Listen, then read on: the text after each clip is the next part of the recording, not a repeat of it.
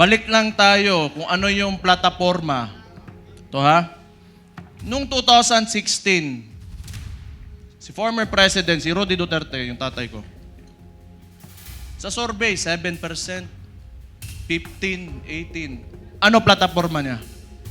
Dalawa lang. Very simple. But it reflected the sentiments of the people. Yung masa.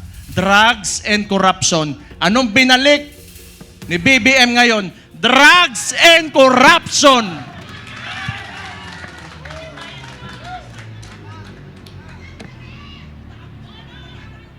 Sabi ng kapatid niya, hindi ako yun ha.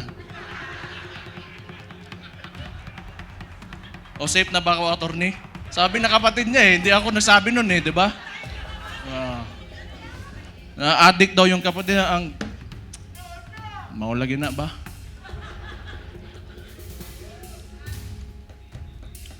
Hindi, tama naman yun. Kailangan optimistic tayo. Kailangan well-organized tayo, andito tayo lahat. At mahalaga sa lahat, unified tayo. Yung may mga differences tayo kasi lahat tayo mayayabang may mga ugali yung mga DDS Di ba?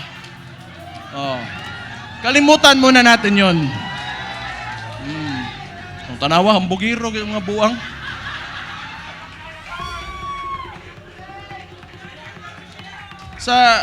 Sa ngayon, kailangan organisado tayo.